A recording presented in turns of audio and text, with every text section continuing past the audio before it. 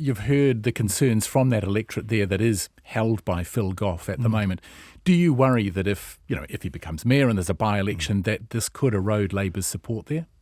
No, this is a democracy, so anybody's welcome to come along and contest the election. I think with by-elections, if there is one, it tends to attract a lot more scrutiny and attention than a general election. So if there are issues for a particular community, let's hear about it. Let's do it. I think if I look at Mt Roskill and my visits there and talking to people there, I think clearly crime is a big issue, but equally housing and transport are major issues there as well. I think people are looking for candidates who can offer solutions to all the issues that community has. Whether this party, the People's Party, makes a difference, how will you approach that by-election? Will you try and do a deal with the Greens that they won't stand against you in it?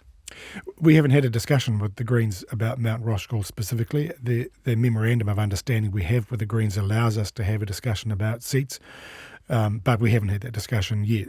Right now we've got a fantastic candidate, Michael Wood. He's campaigning very hard, and he's picking up some good feedback too, not only about the issues but about the concerns that people have on the government's failure, particularly in relation to crime. That people see the closure of community police stations. They see police numbers are falling, a lack of responsiveness to burglaries and robberies and what have you. So we know that those are very real issues in that electorate. So you've got some decisions to make around Mt Roskill, probably, which is interesting because you are making other moves in Auckland. You're shifting your current Chief of Staff up to Auckland, Matt McCartan. Are you worried that Auckland may be slipping away from Labour? No, not at all. And we've always had a good level of support in Auckland. It's been on the cards for some months, actually, that I want, because I'm spending more time in Auckland, to have an office presence here, a base that I can work out of, plus some of the other staff we have based up here.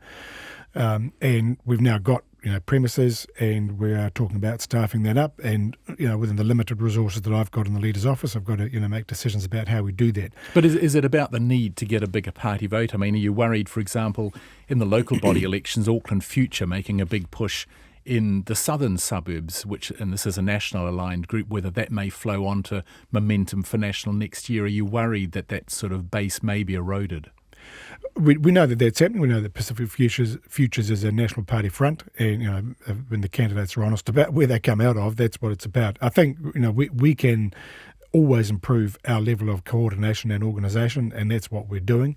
And it's about giving us a bit of a core or a hub, if you like, that we can organise around and that I can base myself out of as I spend more time in a city that is 1/3 of the electorate.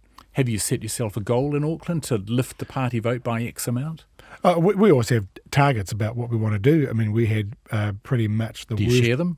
No, I don't. But we know that the last election we had pretty much the worst result we've had in many, many years. So we have to improve on that. But we've actually got to do the right things, take the right steps to do that. And this is part of ensuring that our organisation is the best it possibly can be. So Auckland, to lift that, you've really got to lift your performance in Auckland. A lot of it is about better coordination, about better information exchange, and then about supporting particularly list candidates that we've got up here and making sure that they're well supported as well. This is about achieving those things. So moving Matt McCartan to Auckland, that leaves your office without a chief of staff, without a chief press secretary. Are you worried about that at the moment? No, but we will have a chief of staff, and we've had acting media director since that time. As I said before about when it comes to leader of the opposition and the resources for that office, got to remember that the government's frozen the budget for that and the formula that applies to that. So it is about when a vacancy arises, you think very carefully about what are you going to do? Do you just sort of say we're going to fill that vacancy?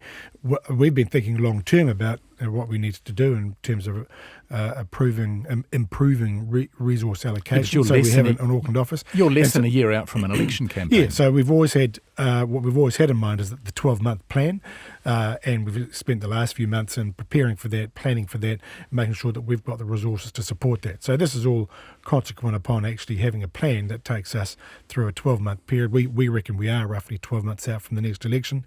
We've got a plan in place, and we're now fulfilling it.